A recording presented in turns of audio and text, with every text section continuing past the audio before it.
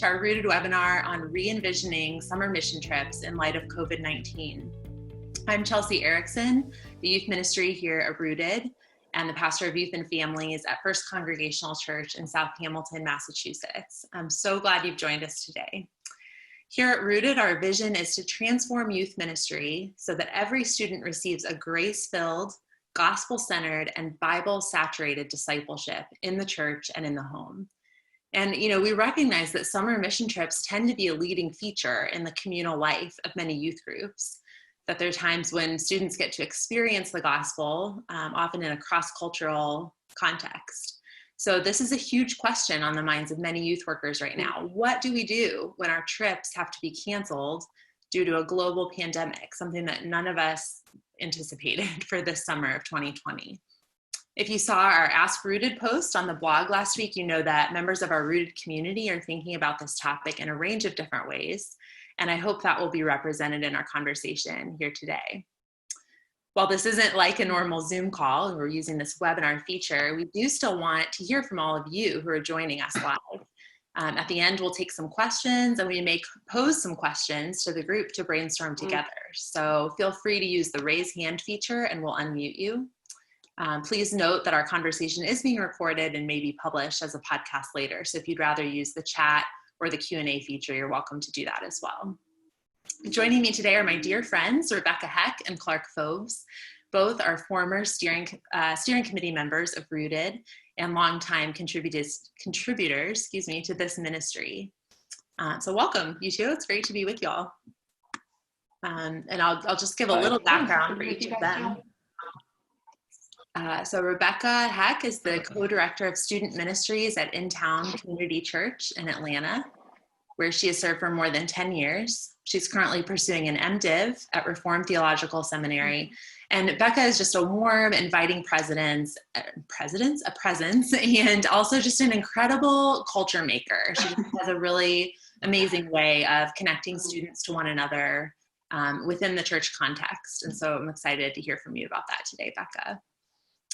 Clarke Fobes is the worship and college pastor at Sunset Church in San Francisco. He previously served as a youth pastor there for a number of years, and Clarke holds an MDiv from Talbot Seminary and is a doctor of missiology candidate at Southern Baptist Theological Seminary. Clarke has spoken frequently on how to facilitate mission trips in a way that is ethical and theologically thoughtful. So Becca and Clarke, welcome. As we begin, I just wanted to ask you to kind of give us a framework a little bit of what are some things we should be prioritizing as we determine in our youth ministries whether to cancel, wait and see, or kind of adapt our trips for this summer of 2020. I think I would, my thing is always going to be to prioritize what does it look like whenever you are creating a trip in general, whether it's going to be doing local missions or if you're going to go and do a short-term mission trip, to be thinking about the intentionality behind why you are doing what you're doing, and to start thinking through what were some of the elements of that short-term mission trip that were going to be happening as you're thinking through them right now. What does it look like to be intentional about some of those elements? And is there a way to adapt them? And so for our group right now, it really is this intentionality of thinking through how do we build that community? Because a big part of our trips has always been using them kind of as a launching point of discipleship for the fall. And so we're now in a place of really trying to think through how do we create that community again? How do we create that intentionality of community and of culture to set us up well in the fall? Yeah. So you're kind of talking about scaling back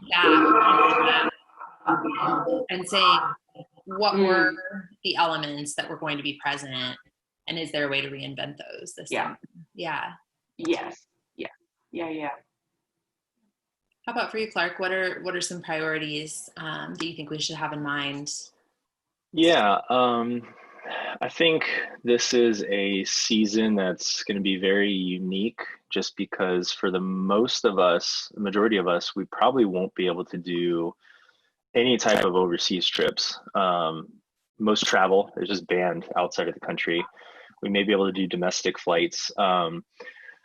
I've been thinking about this for my church, and I was teaching a missions class in the middle, right before COVID hit, for people who were training to go on short-term missions with our church. And when it hit, we had to cancel all of our trips, and that led us to just pause. And we finished the class, but something that I told the students in the class was, this is a chance that we've not really ever had to actually pause and give some careful thought and consideration to what we're doing in missions.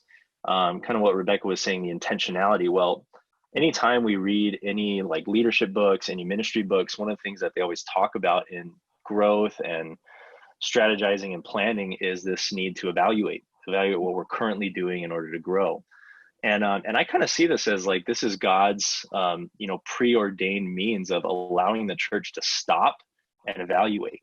And I think for as much as we all want to get back into the rhythm of ministry and do things again, I'm trying to see this as a positive way. Like, this is an opportunity like we've never had to cease from activity and to use this time instead of just only planning and thinking about when we get back to normal, but actually in this season of seizing, what are we going to now evaluate when it comes to not just missions, but everything in our youth ministries, in the church as a whole, all the programs and ministries and activities we're doing, but especially when it comes to missions, because this is one of those activities that will probably take even longer for us to get back to in terms of practically accomplishing it. This is a long season where I think we can actually stop and even just ask the question, what's the purpose of short-term missions? Because I think as we've talked about as youth ministers, we're so busy running the calendar and the schedule. We just feel like, oh my gosh, it's May already. Like, it's May right now. We have to start thinking about summer missions. Well, this is a chance for you to breathe and to rest. Very, very similar to, I think, how national Israel in Leviticus 25 is given this mandate to rest, to seize and have a sabbatical year in terms of farming the land.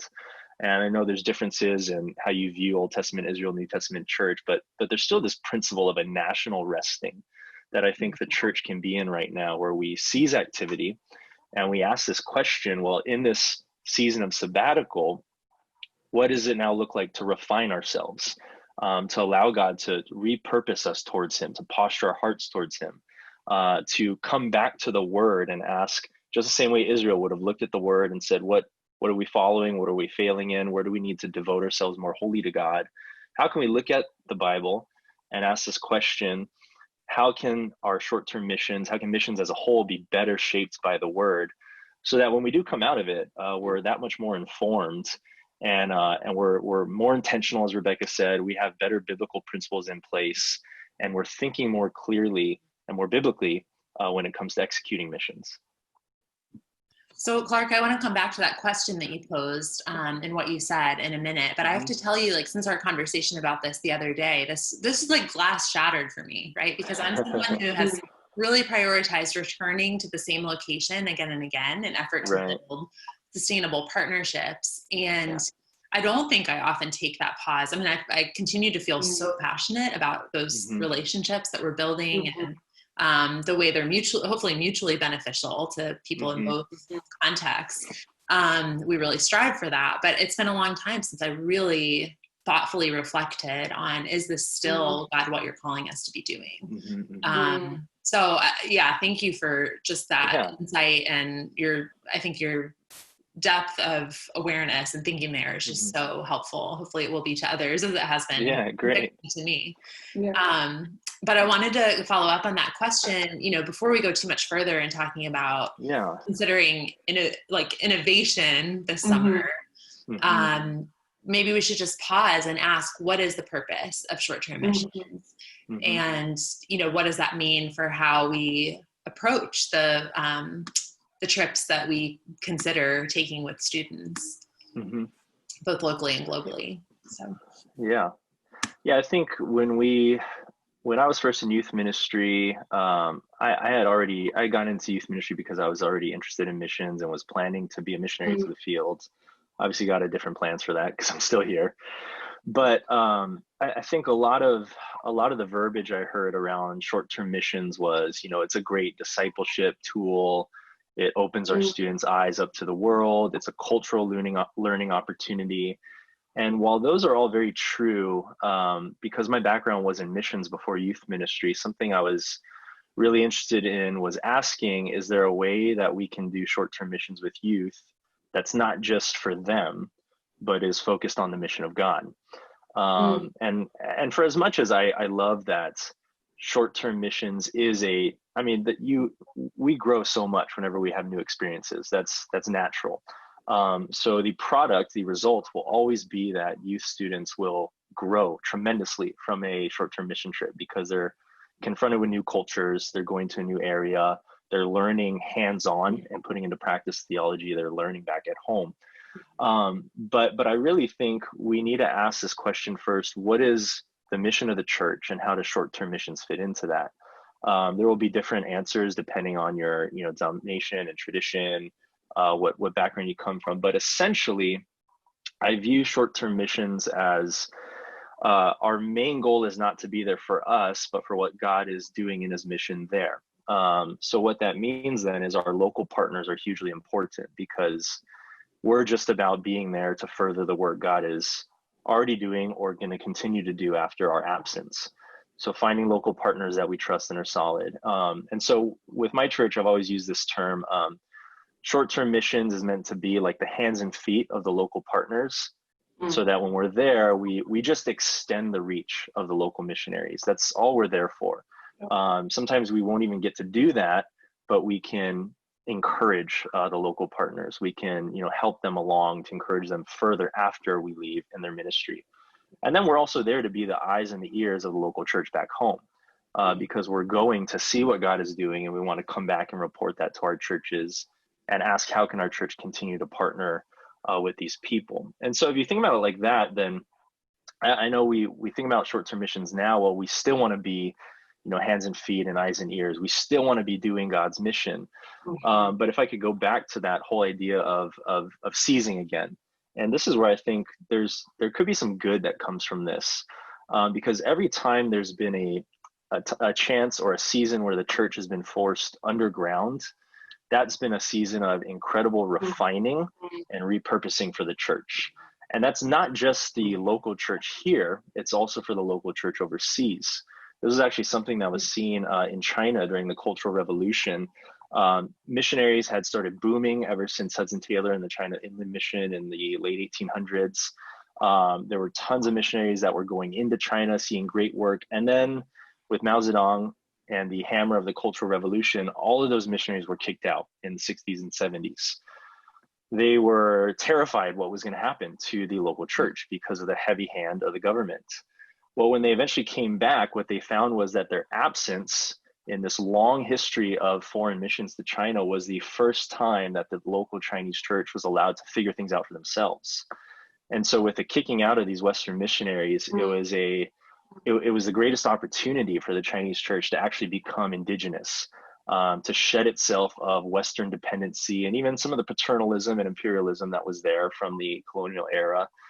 And when missionaries came back in, what they found was that for the first time in missions history in China, Protestants had outgrew and outnumbered Catholics, even though Catholics had been there for 500-600 years, and Protestants had only been there for about 100 years. And so it was this amazing time where the church abroad grew apart from the Western church. And so I wonder if maybe, because the Western church now, the church in America, we're probably the ones that are on the most lockdown still, and countries in Europe. When I see like friends who are in Taiwan and Korea, they're ahead of the curve. I keep thinking they're probably going to be able to go out sooner than we are. And maybe who knows, maybe the first time where globally the Western church is not taking the lead in terms of missions. And for as much as we love to get involved and want to lead the charge, I think this is a good thing, because it will help the global church realize that we are not the center of Christianity.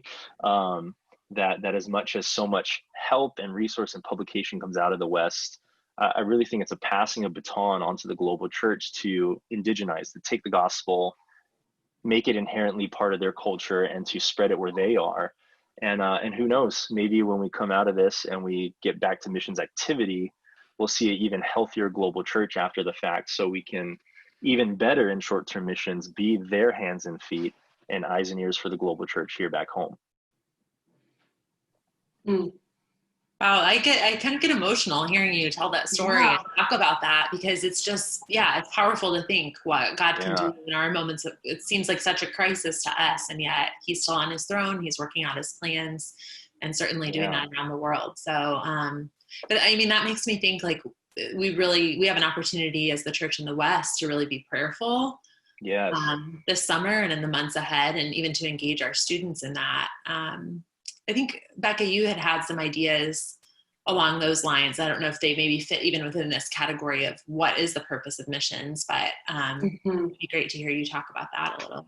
Yeah, no, I think to that point of if a big purpose of these short-term missions is for, how Clarke put it, of being the hands and feet for the local partners there, then I think a huge thing that we can consider in this time of kind of contemplating why do we do what we do.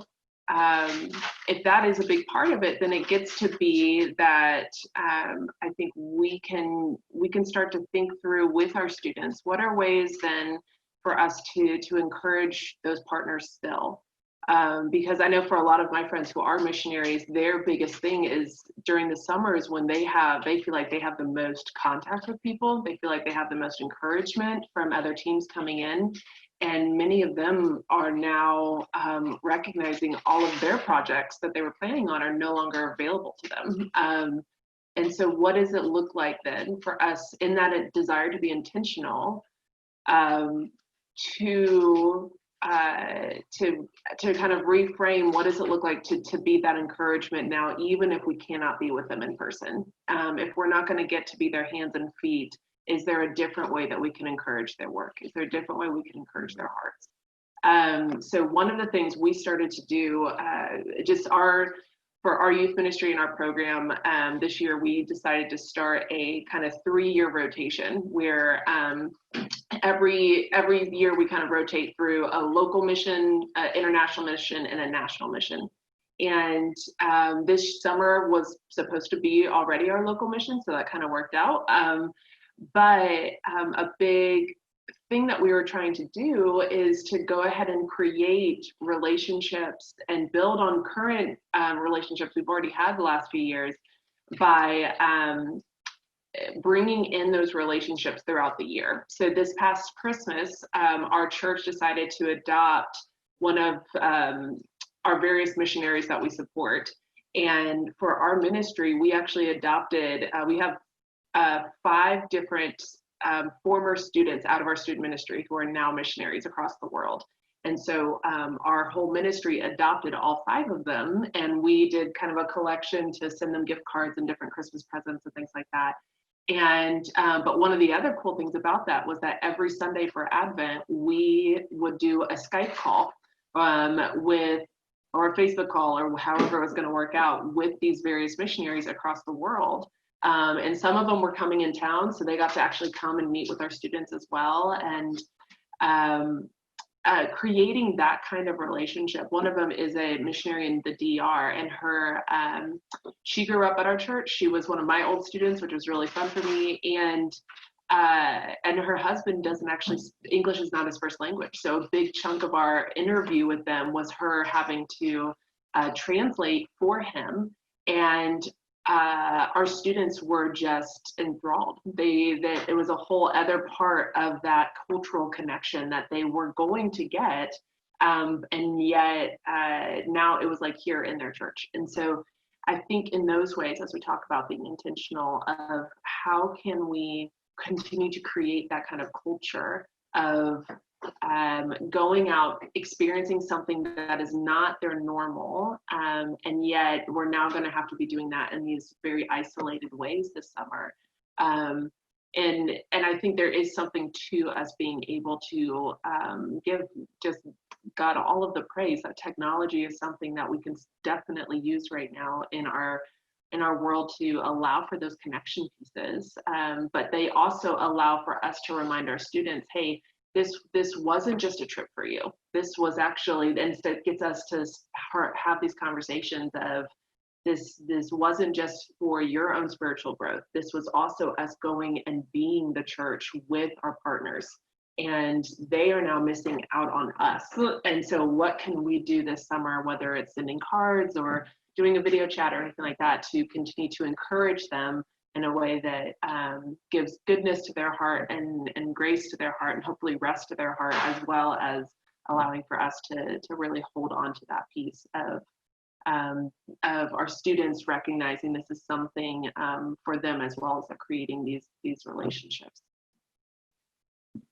I love that. I mean, I think sometimes, in some ways, even the way that we communicate with our students about why we're canceling, you know, obviously there's a lot of talk about our safety, because we're talking about minors, taking minors to locations that might be different than, you know, what they're used to day to day. But I think one of the things I wanted to emphasize with our students is, we're not going, partly because we don't want to, we're in a hotbed here where I live in Massachusetts.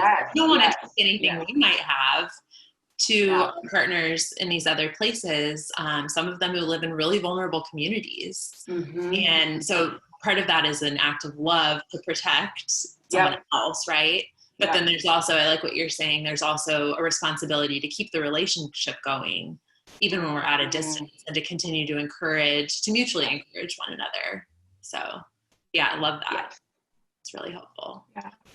Well, that kind of takes us into, I don't know if maybe both of you could talk about, you know, what are your own churches doing to, you know, Clarke, you talked about ceasing. So maybe it's an evaluation piece in your ministry, I don't know, or to adapt or rethink trips this summer, if anything. Yeah, I mean, even just to pick up on what Rebecca was saying, I think the fact that we can't go, it also causes us to think about how are we supporting and being involved in mission beyond just the 2 weeks in the summer. And so doing something like Rebecca is doing, I think, is really healthy, because it keeps missions on our minds, not just for the 2 weeks we're there and for the few weeks before for training, or months, and then maybe a week or two after with nostalgia. Because we know short-term mission trips, again, this shouldn't be the focus, but a product is discipleship and growth for our kids. But one of the things that I think this is allowing us to consider is, well, what are some of the things that we're maybe missing that short-term missions can't do for us this year, that shows a lacking of areas of discipleship in our year-round ministries? And so that's something that myself and our missions director and our staff in my church have been talking about, is where are some of those gaps in terms of missions learning and support. So just very practically, we are trying to take this missions course that I just wrapped up and completed, and we're going to try to do some follow-up calls with our missionaries who are, you know, they're hunkered down where they are too, and so they have time. So we're going to try to do some follow-up calls where they can talk about missions with our students in the class, where they can share practical things about missions. We can connect with them the way Rebecca was talking about, keeping in contact with the missionaries. We also have some that are just, they're back from the field because they were forced out because, you know, coronavirus hit them earlier, and so they were forced to come back. Well, now they're forced to stay here because it's here now. But so we're trying to just ask, how can we utilize them? So, because I know they're anxious, they want to get back. They're thinking about their lives and their work and their overseas, abroad country. So we're trying to just even think, well, how can we help them to not just bide their time and wait, but utilize them as a resource to our church? And these are partners that are from our church, and we love them too. But I think you could do that even if there are missionaries in your denomination or other churches connected to you, even if they're not from your church. Any church can do that. Just reach out and find missionaries that are here, because they're here. And then another thing we're trying to think about is, how do we just further missions education? Because like I said, this is a big opportunity that I think we can learn, and not learn just to learn, like we sometimes think about, you know, theology as learning just to know theology and puff up our minds. No, but theologies for increasing our ministry. Same thing, learning about missions is increase our ministry and missions. And so we're talking about taking more elements from that class and disseminating it to the broader public, filling in again some of these gaps when it comes to even just locally. Like, we've been asking, what does the mission of the church look like now, even locally, with evangelism and personal witness, when we can't talk with people? What is the mission God has for us right now? It's still to make disciples, but maybe it's going to be altered a little bit. And so those are just things we're trying to evaluate and I'm really trying to make that a priority conversation for us, because again, I don't want this to be a missed opportunity where all we talk about is how do we reopen? What are the logistical things we need to follow? But rather asking, if this is sent from God for whatever reason, God is sovereign over it, then this is an opportunity He wants to refine the church. And what better way than to just ask, well, pausing, reflecting, considering, how's our church as a whole, or maybe our youth ministries, where are some of those discipleship gaps that a short-term mission trip was filling, but now we need to take that year round. And I hope, and I think if we do that well, we'll come out on the other end of this with youth ministries that are even better at making disciples, because now we're not just relying on 2 weeks out of the year, but we're really trying to implant missions and this holistic idea of discipleship throughout the year in our ministries. That's good. Like I said, we were already planning this year to do more focus on some of our local missionaries and local partnerships that we already have within our church. But still, COVID has even changed those. So, we can't get a group of 20 of us to go down and do a service project or anything like that. So we're just in that same boat too, trying to figure it out. And we don't have any solid plans yet. So let me start off with that. But one of the things we are recognizing that we can do is the basis of our ministry comes from Isaiah 61. And so we talk a lot about, because of what Jesus did for us, we have been called to be oaks of the Lord, a planting for His splendor, renewing, rebuilding, and restoring the world. So that has always been our thing. And so every trip that we take, every part of our ministry, it has a connection point to that. And so, we are in Atlanta. We're very much in the very close to the center of Atlanta, and racial injustice and social justice are a really big thing for our students and for our city. Specifically where we are, a lot of our students are in very diverse schools, but the makeup of our church is not diverse. And so that breeds a lot of conversations and a lot of questions as from our students and from our families and from our parents specifically. How do they talk about social justice and different things within their home? And so one of the things we are working on this summer is actually creating how can we start to have those conversations with our kids, because we already have been, but how do we have them more in an intentional way? And so and in a way that allows for like a group format. And one of the things we're actually really I'm looking forward to for the summer is actually that because of COVID, a lot of the times there's a lot of missional opportunities and things for high school students, but not so many for junior high students. That gets a little bit harder. And part of why we wanted to do a local stay in our city thing was because it would give us more opportunities to engage our middle school students as well. And one of the other big gifts of this is that now that we're kind of having to stay and refactor everything, one of the big things we're kind of filtering back in is, what does it look like for us to actually bring parents into this conversation as well, and to minister to them and to let this be a really, really cool discussion for our middle school parents with their middle school kids, and for our high school parents and their high school kids, obviously. And so we are working on whether that's going through a book. There's a woman here in Atlanta who just wrote a book called Building the Bridge. And it's specifically meant for people to walk through together, to think about how to really look at racial injustice with a gospel mindset. And so could we talk to her? She's local. Can we figure out a way to have her come and speak to our students and to our families? And so really wanting to figure out how to continue that really intentional building into our students' mindsets and into their culture, how they think about missions. That it's, if we're not going to be able to go someplace and to have that mentality of what it is to get out of your comfort zone for a week, how can we at least start to build that into their mindset and how they start to think about things?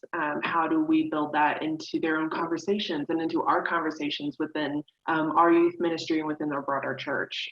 Because again, having it here means it gives us more capability, not just for parents, but what does it mean for us to have our other church leadership? We're a PCA church, and so we are session-led and driven. And so what does it look like for me to ask our session members, hey, after you're done with work, can you also hop onto this call? And to be a part of learning with our students. So I think, it is in God's sovereignty, whatever this thing has been, has actually, it really truly has given us all an opportunity to step back and to say, like, wow, what are some other what are new open doors that we've never thought about opening before? And now we can sit back and say, okay, if we all have to be home and do this differently and want to continue to build that into our ministries and build that into our students, what are all of these other ways that maybe now we can do some new connecting points?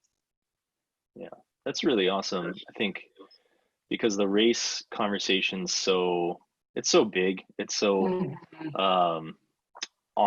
at the front of our minds today. And I think when we think about local missions, I've heard of people doing like this cross-cultural local mission where they go to a community that's not their own cultural community. But it ends up being similar to most short-term mission trips where you go, you see something, and then you're like, wow, that's transformative, and you come back, and that's the end of it until next year. Yeah. But if this is all we have, we can really think intentionally about how do we actually move towards them together for relationships and more conversation to pull us out of our comfort zone in a way that's meaningful beyond just like a week trip. So I think that's really good. And anyone can do that. Whatever city you're in, there's going to be some level of diversity. Even you're out in some rural area, there should be at least some level of demographic diversity that can cause us to move beyond this comfort zone, cultural or demographic comfort zone, and do something that will last, not just be a one-stop experience, but really put meat on the bones of this whole racial conversation. Well, if we care about everyone being made in the image of God and all ethnicities and cultures being under that umbrella and needing the redeeming work of Christ equally, then we can actually do something. So I really like that. I think that's really awesome that this is presenting opportunities for that if we're focused outward overseas, which we still should be. Again, I'm a doctor of missions candidate, so I'm for global missions. But just really also caring about those issues here at home. So I really love that. And as I listen to both of you talk, I'm thinking about too, just kind of the unique opportunity that we have this summer in a new way to engage the hearts and minds of our students in even planning some of these things. What we're doing here is kind of, we decided even our more regional trip that might, some pieces of it might be okay this summer. When we were making this decision, we thought maybe we could wait and see, but we decided to kind of pull the plug on that one too and do something more local, like y'all are talking about. Just thinking that would give us the most flexibility, right? Like if you have to do it in small groups, you can meet up for a day and do something together. But the two of the leaders that I was kind of making those decisions with, as we were talking about it together, they said, we need to get on a call with these students and invite them to dream with us about what this could look like. And it's been so cool to do that. We've had 2 calls with them now with the group of students that had applied for our trips this summer, and just to hear them think and plan and dream about partnerships they would like to be involved in our community, you know, ones that we're already connected to in our church, or new things that we could establish as a youth ministry. So I would say that's been kind of a thrill in all of this. And even, you know, as you were talking, Clarke, about sort of the missiological shift in perspective that maybe some of us need in our church, we just always need to be fine-tuning. It just occurred to me, like, that's something that we try to engage students in on our trips. Right? We're telling them, hey, you're not the savior. We're coming in to put our hands in with local partners who are there year-round. We're just coming for a week. So maybe there's an opportunity even to engage them in discovering together on the missiological side, on the racial, you know, reconciliation side that you're talking about, Becca, to kind of invite them into the dreaming process of those things. So I don't know if either of you have resources you'd recommend for that, or the Be the Bridge sounds like a good one.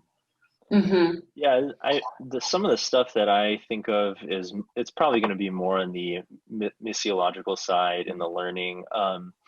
Something that I've been thinking about, we're not doing this at my church, but just I've been thinking about this as we're in this season of, maybe this is another opportunity where we can identify with the persecuted church abroad.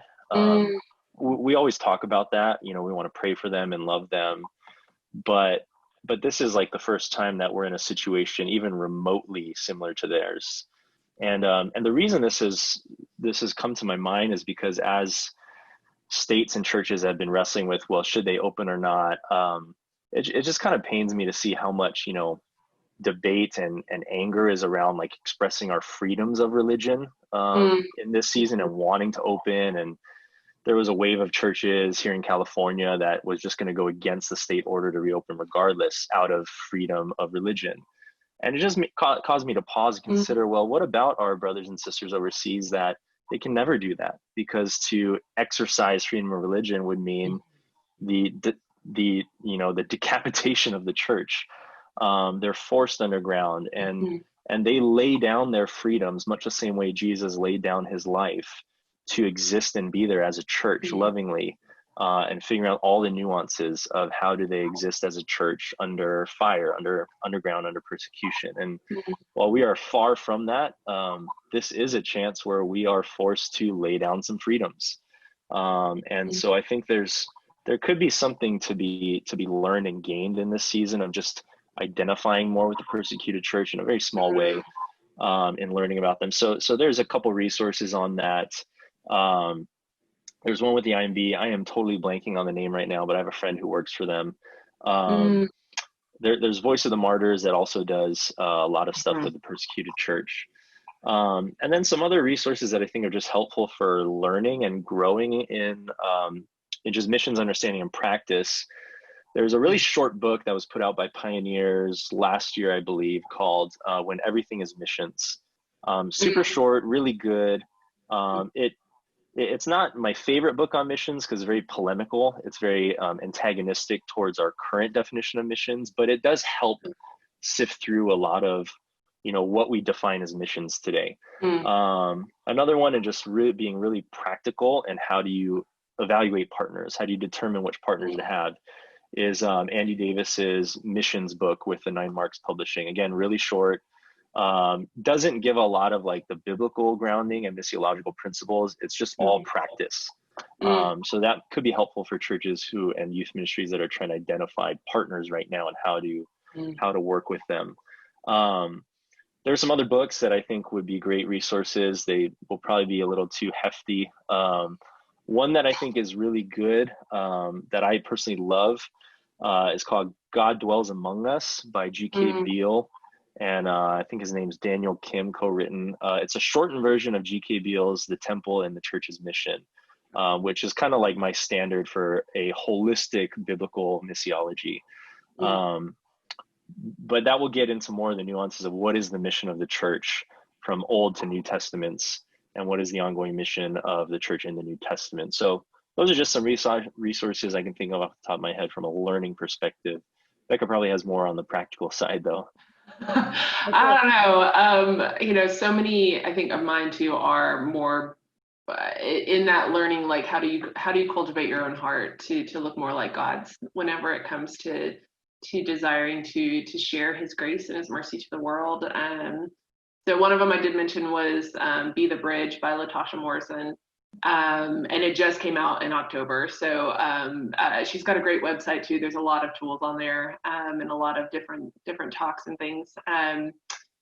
I always think that you need to read When Helping Hurts. It's just a good like baseline of how, in many ways, I think a lot of us now are beginning to, and have been for probably the last decade, thinking through what it means to serve well and to serve in a way that is it takes us out of the savior role.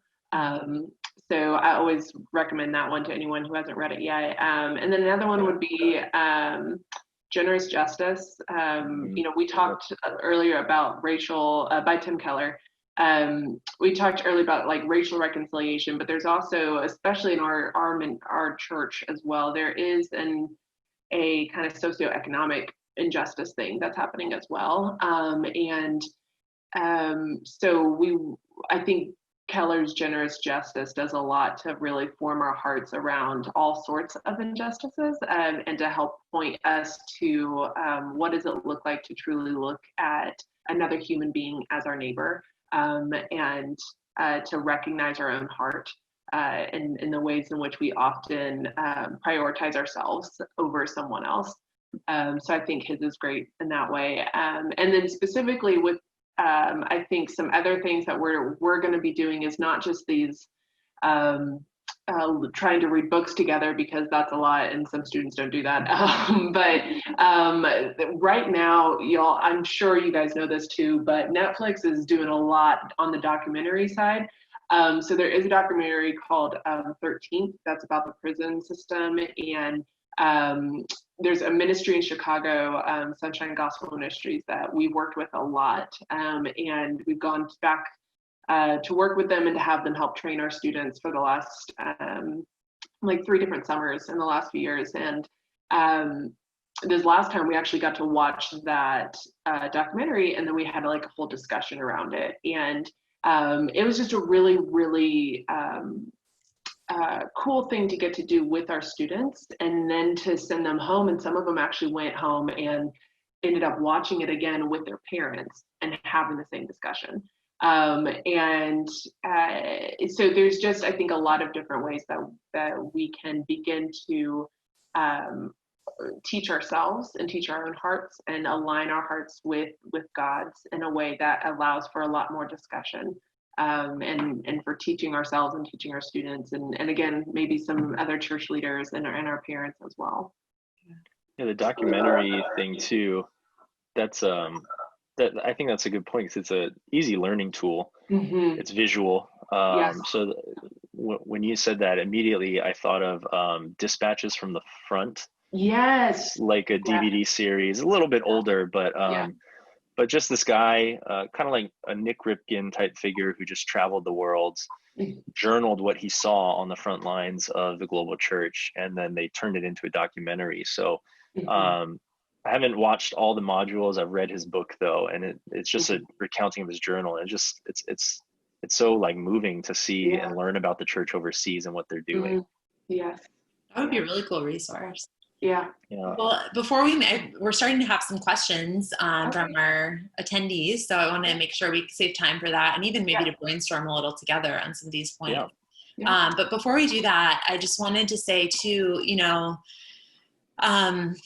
it strikes me that this summer, if we are able to do some things together in person or online, there's sort of this moment where we've been apart from one another, and there's sort of almost a restart kind of environment that we're all going to be stepping into with our students. And so, and I think right now what I'm finding with my own students is they're just desperate, as we all are, for this warm community. And we talk a lot here in our ministry about extending the welcome of Jesus, right? Like Jesus has welcomed us in the best way that is possible. by giving his life on our behalf, by rising again. And so we want to extend that same welcome to everybody who walks in the door, of youth group or Sunday school or just our church in general. Yeah. So I'm just kind of wondering, Becca, this is something you're so good at in your ministry. Yeah. How do you think youth workers can prioritize that within the context of whatever these service learning or missiological learning environments could be? Yeah. You always want to, again, it's being incredibly intentional. And so, I kind of mentioned this at the beginning, is to think through what are all of the different aspects that we would have gained from a mission trip. But don't just think about the service part of it, but think about the communal part. So I often, I call them the 2 a.m. conversations. Where everyone's exhausted, and yet for some reason this is the moment where you can we call really, it pillow talk. speak the gospel into some 16-year-old's life, because they're finally ready. It's these 2 a.m. conversations. I think that's a huge part of all trips. So what does it look like to be intentional then, if we're not necessarily going to stay up till 2 a.m. because we have our own bed right there? How do we continue to think about missing those parts of trips, missing those parts of building our culture? How can we continue with it? And so I would want to encourage, I think, to figure out new ways to truly be with students when you can. Whether that's scheduling FaceTime calls, or I went out and bought a bunch of postcards and I've never sent postcards to my kids. That's not what I do. But I've started this time in the time of COVID. And as things are beginning to loosen up, we're talking about having parking lot parties and gatherings and things like that. I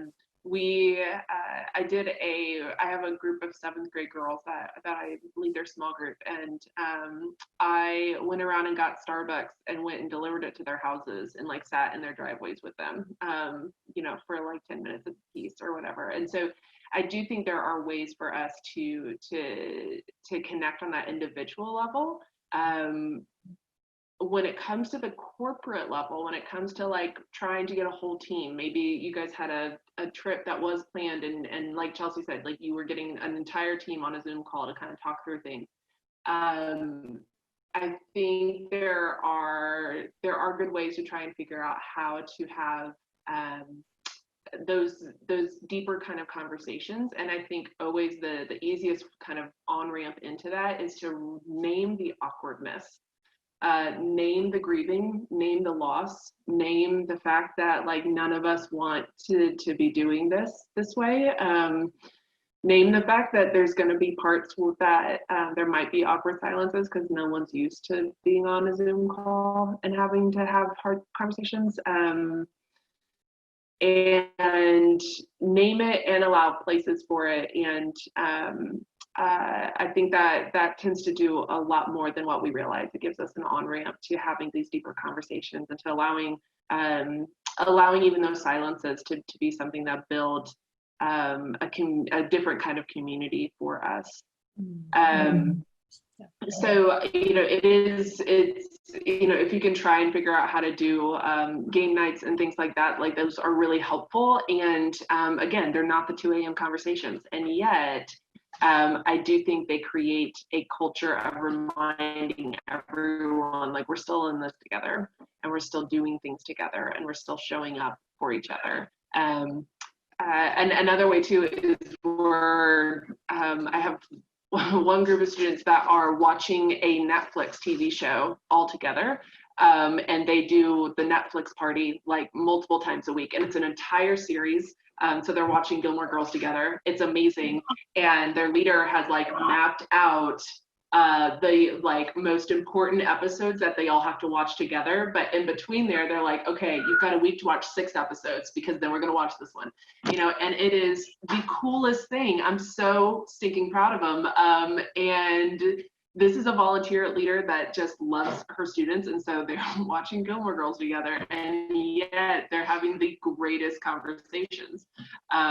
So it's being creative in that way, and trying to think through how do you continue to connect your life with students, even around the things that are just normal life. That doesn't necessarily mean that you're going to be talking about Jesus, but we all know as youth ministers, it's us sharing the life with them in the ordinary things like watching Gilmore Girls that allow for us then to also have that on-ramp later on to have these deeper conversations. Yeah. Oh, that's so inspiring. I love that so much. And hopefully that answered. We had a question come in from a youth minister in DC, I believe. About that. So hopefully, if that didn't answer your question, feel free to follow up with a follow-up question, and we can talk about it more. I just want to remind our attendees that you can raise a hand if you'd like to voice a question audibly. I can unmute you to be able to do that. But in the meantime, we have a question from Robert about a team of college students that are scheduled to go overseas in August.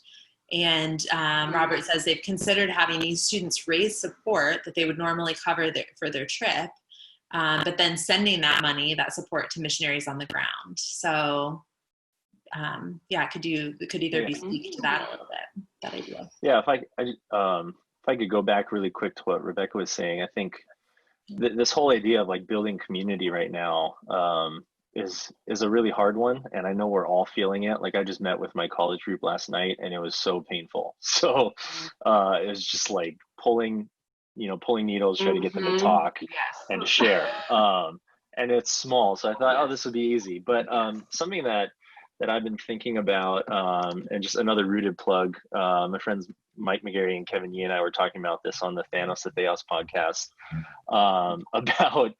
about this idea of team. And I think some of the reason we get so close to people on our mission trips is because we have this strong team identity, because we're all pushing towards a common mission, common vision and goal. And I think that shared mission and goal is what forges strong community, because it gives you something to push past when you start bumping into each other and pushing on each other's buttons. And so you see that with everything like sports, games, companies. Well, the church, our mission is clear. What do we do now when that mission seems like we can't fulfill it? And that's been a really hard question for me to ask, because if the mission, and even biblically, this is everywhere, right? Mission is always tied to community. John 13:34, by your love for one another, the world will know. Jesus draws the disciples in community at the mountaintop where he gives a great commission. He sends them in community in Acts 1. So what do we do now when it seems like we can't fulfill our mission? That's something I've been really struggling with. But even just trying to ask, well, what would our mission look like now? And how can we be really razor sharp clear about that to our kids in a way where we still have a common shared goal and vision? And I think that's something that will just need to be talked about more, to get, like, even just having a conversation like, what do we do now? Are we just trying to survive in quarantine, or do we have a clear mission together? Right. And even if it's something so small, like, hey, during the season, all we want to do is, like Rebecca was saying, like, have interactions with people, social distance, who are not like us. Well, that can give us some sort of clarity to come around and forge deeper relationships. So in terms of that other question, with raising support and sending it, I think that could be a cool idea. I'm always a little hesitant when it comes to just sending money, because of how it can, what it can kind of communicate both to the overseas partners and to us, like we've done our part. That's not to say that sending money is not good. I would just definitely talk with the local partners and ask them for their opinion before you go ahead and do it. Ask them what would be most helpful. And even like was mentioned, Fickard and Corbett, when helping hurts, if we're just sending money, it can cause greater dependency. At the same time, we do want to bless brothers and partners overseas who may need that. jumpstart ministry. So I think it's a good thought to consider. Just make sure you have that conversation with people you trust who can speak into that very clearly too. Yeah, that's such a good point, Clarke. I mean, I think that could be a really exciting thing, especially if you have like mission partners in your church that you're already supporting financially, and there's a special project you can give to or something. That could be really exciting. Yeah. I've definitely seen with one of our partners in the Caribbean that we have to be really careful not to kind of perpetuate the idea that we're bringing all the resources and we're giving and they're receiving. And so often, you know, when kids will ask for things in that community, we'll say, well, we didn't come to give you things, we came to be friends, you know. So we like even coach our students about how to talk to them about, we came to be with you, and you're giving to us just as much as we're giving to you or more. So it's a really good That's good. Yeah. I'm curious, I mean, feel free to chime in, participants, with other questions. I'd love to hear from some of you about maybe how you are planning along these lines to maintain connections with longtime mission partners. I think it would be so cool to hear from those of you who have maybe given some thought to that, or maybe this call has sparked an idea for you. So feel free to chime in with a question or an idea about that. How can you stay connected with your current mission partners locally or abroad?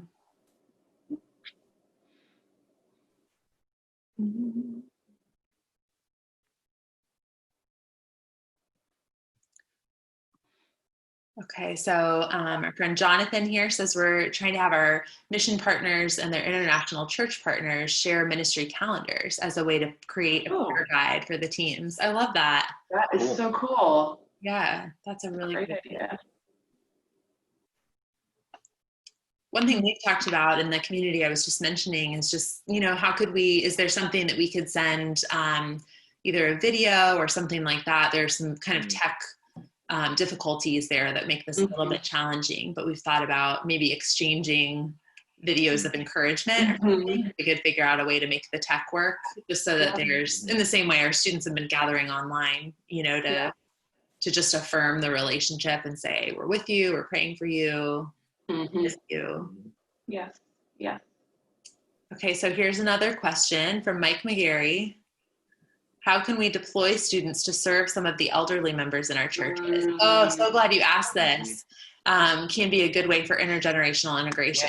So this is one of our, I think we're all cheering right now. Thank you, Mike, because this is one of Mike's a former steering committee member as well. And on the podcast that Clarke just mentioned, intergenerational integration is one of our pillars of youth ministry here at Rooted. And I think sometimes it can be the hardest one practically to kind of, to think through ourselves, to help others think through. It's just not always low-hanging fruit in the way that our churches are structured. But this is an amazing opportunity this summer to do some of that more intentionally. So do you have thoughts about that? Or other participants, feel free to chime in as well. Yeah.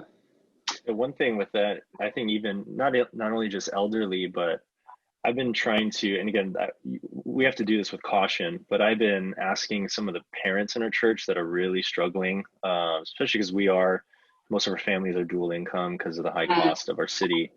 So trying to homeschool your kid or even just be with your toddler like I am and work simultaneously is ridiculously tiring. So I've actually reached out to some of our college and older high school students about considering stopping by the homes to babysit once or twice a week. Childcare is an essential necessity. Again, we have to be careful and cautious because the whole like being in the home, and not everyone's going to be comfortable with that. But I think that is one way that kids, if they're responsible, so I've looked at responsible kids that I know aren't going out and hanging out with all their friends, but just as a way to help alleviate the burden for some of our parents, because I know we're all struggling right now. And there's a cool idea that just came through about that along the lines of the babysitting. So Jonathan says one of our youth ministries overseas took their value of serve and was able to apply it online by offering Zoom babysitting sessions to give that's awesome. So cool. 30 to 90 minutes of relief, even though they couldn't visit each other's homes. That is so cool. That's well cool. Done, John. That's really cool.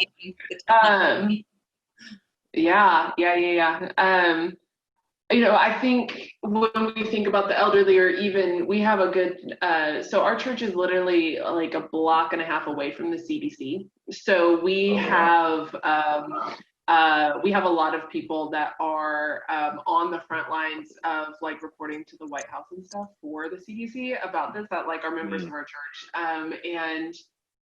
But we have a lot of frontline workers. We have a lot of that, and we have the elderly, and we have a lot of people who are more of the vulnerable, just with autoimmune diseases and things like that. And so, I've been thinking through ways that we could do this is to do grocery store runs, is to, because I don't know if any of you guys have tried Instacart. Instacart is a big thing here in Atlanta, and they're not always the most reliable. And so what does it look like for us to do the grocery store runs? What is it? We have one couple who are in an assisted living facility that like did a major lockdown.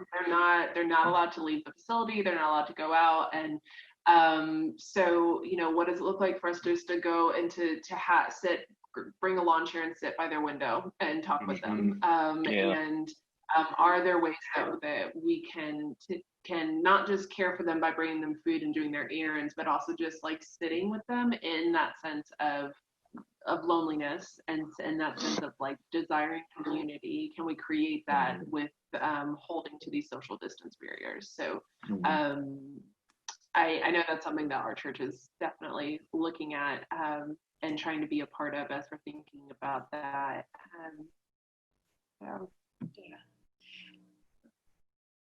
That's something that our students brainstormed as well, Becca, your idea about sitting outside someone's window. They were like, we could do visits, I've asked some of them, someone wrote in and said, some of our kids have been pen paling, which is so fun. I've had our students do that a little bit as well. So yeah. And then in this this call we had where we were asking them to dream with us, that was one thing that they suggested. We could sit outside and talk to them, Yeah. Even the shopping idea, a student and a leader could do that together. Yes. If we're okay with kids going to the grocery store, that could be really cool. Yeah. Do that together. Yeah. Or even just doing the things of, I've thought about, like, we've had students go and do lawn care, mow somebody's lawn for them so that they're not having to be outside right now and do it. And again, that's something I think could happen regardless of COVID, but I think the pandemic has at least created more and more opportunities for people to want and desire more help in that way. So that would be another option, I think. That's great. Yeah, if I could just say one more word as we wrap up, like I think we're all feeling this need to, how do we get out and keep active and be serving as a church? But we talked about this beforehand, like it's okay to just rest, and just take this as a season of sabbatical for your ministry, your church, yourself. And that's how I've been even trying to think about honestly, I don't really feel like a pastor these days, because all I'm doing is making sure my live stream is running as a worship pastor, checking in with my college group. But and I've wrestled with that, and I've had to come to terms with, maybe my ministry is just not gonna look all that glamorous and full of activity, but maybe that's okay. This is a season to just rest, and in this Sabbath period to draw near to God and be refined. So just to alleviate any pressure of like planning and strategizing and all that, how can we just utilize this? Maybe God is, again, like I said at the beginning, if he's forcing us to seize, maybe there's a good reason. Maybe some of us, we just need a break from the difficult rhythm of youth ministry. I mean, part of the reason I got out of youth ministry and into college was because I couldn't handle it anymore. Like, I was just too tired after doing it for 10 years. I'm not as strong as some others, but resting is okay. Yes. And let me, not that I need an echo, but let me just say yes, and amen. Like, everything that we have talked about today are good things to think about. And rest is just as much part of what the gospel gives us as it does a mission vision for missions. And so that means this also gets to be a time where we can show that and share that with our students and say, you know what, actually we're not, a lot of my kids have asked, are we going to still do our weekly Zoom calls? Because in the summer we normally don't. Like, we don't normally have youth ministry regularly every week. And so getting to tell them no, no, and this is why. I know that you guys miss each other and you want a connection, and I can open up the Zoom call, but I'm not going to be teaching every week, or I'm not going to be making sure that I'm on there, because I also need rest, and you guys need rest from Zoom calls. And using this as a time for not just for us to rest, but to also as a teaching time for leadership to say to our students, this is why we're doing this. We need to rest and you need to rest, and we're going to teach you how to do that at the same time. That's a great point. I did just notice that Jonathan asked a question about how have you communicated upward during the season to elders, pastors? Yes. And just to touch on it really fast, a lot of it has advocate seems like a really strong word to use, but that's the only one that's popping in my head right now. Is I feel like I've had to advocate a lot in the saying, hey, I need time in our meetings to talk about this, or to just communicate a lot of hey, this is what we did to celebrate our seniors, just so you guys know.